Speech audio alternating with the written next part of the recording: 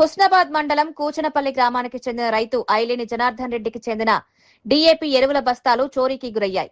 ఎప్పట్లాగే వ్యవసాయ పనుల నిమిత్తం నిన్న సాయంత్రం తన పొలం వద్దకు 6 డీఏపీ బస్తాలను తీసుకెళ్లి ఉంచారు. అయితే తెల్లవారుజామున పొలం వద్దకు వెళ్లి చూడగా 2 డీఏపీ బస్తాలు కనిపించలేదు.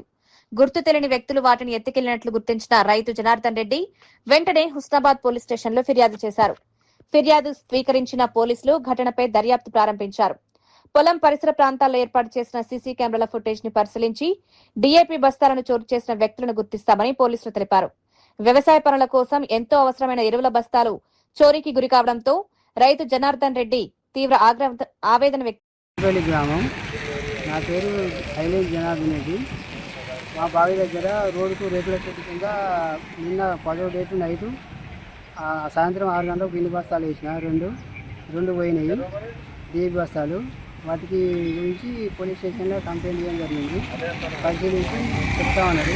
మాకు ఈ బస్తాలు ఎంక్వైరీ చేసి చూపించగలరని ఎంక్వైరీ చేయగలరని కోరుతున్నాం. మీడియా ద్వారా కోరుతున్నాం.